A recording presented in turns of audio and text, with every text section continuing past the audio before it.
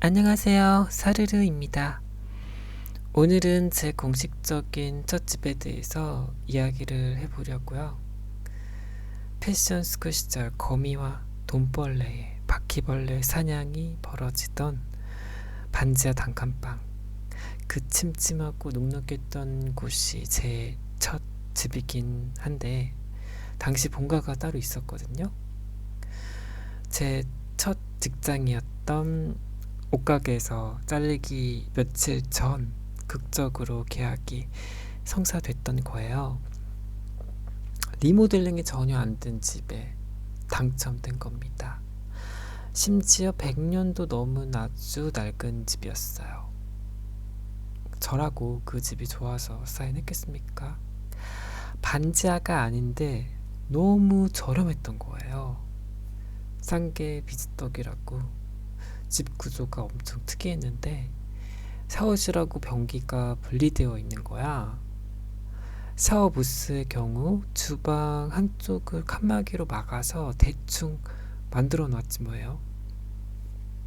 위에가 다 뚫려 있어서 샤워 한 번 하면 1시간 동안 환기를 시켜야만 했어.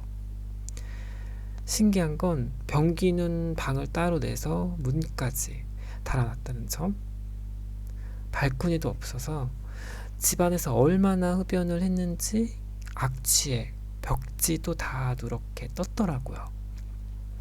급기야 그 집 천장마저 무려 3m가 넘었던 거예요. 천장이 높은 집은 난방도 잘 안 돼서 겨울 외투를 몇 겹씩 껴입고 잤다니까요. 사다리까지는 차마 너무 비싸서 못 사고 궁여지책으로 바 의자 있죠? 그걸로도 모자라서 다 쓰고 남은 페인트똥을 또 올려야만 했어요. 그 위태로운 탑 위에서 까치발로 서서 목숨 걸고 고기에까지 하기 이른 겁니다. 이런 일을 해본 적이 없으니까 장비도 뭐가 필요한지 도통 알 수가 있어야지. 무식하면 몸이 고생한다고 물에 불린 다음에 손으로 일일이 뜯었죠. 벽지를 다 뜯고 나서 페인트를 사려고 철물점에 갔어요. 30리터가 필요한데 10리터짜리 하나 들어도 손가락이 떨어져 나갈 것 같아. 철물점 3번 방문해야지 별 수 있어요?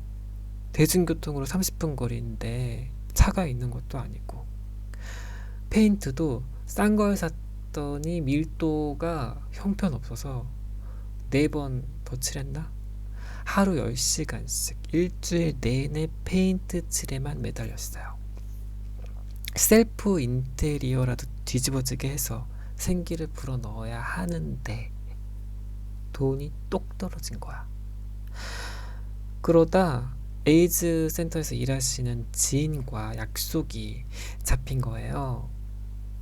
트랜지션을 막 시작하려던 차민이 궁금한 게 좀 많았겠습니까? 그분도 마침 MTF 트랜스젠더였고 트랜지션도 완료된 상태였거든요. 서로 안부를 묻다가 집에 매트리스밖에 없다고 하니까 그분의 지인 중에 돌아가신 분이 있는데 마침 가구를 처분해야 된다는 거예요. 솔직히 죽은 사람이 쓰던 가구라니 찝찝하긴 했는데 사람을 불러서 차로 운반까지 해주겠다는 말에 혹했던 거죠. 너무 고생해서 몸이 지칠 대로 지쳐 있었고 땡전 한 푼 없는데 셀프 인테리어 사치처럼 느껴졌달까? 돌아가신 분이 가구 보는 안목이나 취향은 없었던 게 분명해요. 감성 제로인 가구들을 들여놓고 나서야 비로소 주방 청소를 시작했어요. 싱크대랑 냉장고, 오븐까지 갖춰져 있었는데 요리를 한동안 계속 못했거든요. 냉장고 안 전체를 북실북실 뒤덮은 거무튀튀한 털들의 정체. 그렇게 엄청난 양의 곰팡이를 난생 처음 봤어요.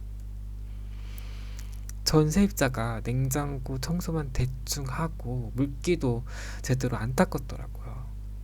버리고 새 것을 사야 하나 도저히 치울 엄두가 나야 말이지. 중무장을 하고 곰팡이 제거하는데 구역질 나서 혼났어요.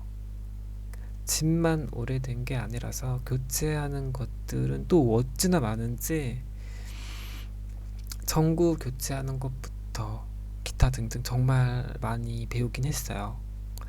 그런데 제가 도저히 고칠 수 없는 것들이 있잖아요. 알고 봤더니 주방은 옵션이 아니었던 거야. 오븐도 못 고쳐서 수납장으로 썼고요. 오래된 수도관이 터져서 주방이 물바다가 된 적도 있는데 그것조차 쌩까더라고요. 악덕 집주인의 비민가라서 치안도 안 좋은데 설상가상 이혼마저 조현병에 걸릴 줄이야. 출근을 해야 하는데 층간소음이 너무 심해서 잠을 이룰 수가 없었어요. 갑자기 새벽에 소리 지르면서 방을 미친 듯이 뛰어다니는 거예요. 경찰을 불러도 주의만 주고 집주인한테 신고했더니 일지를 쓰라는 거야.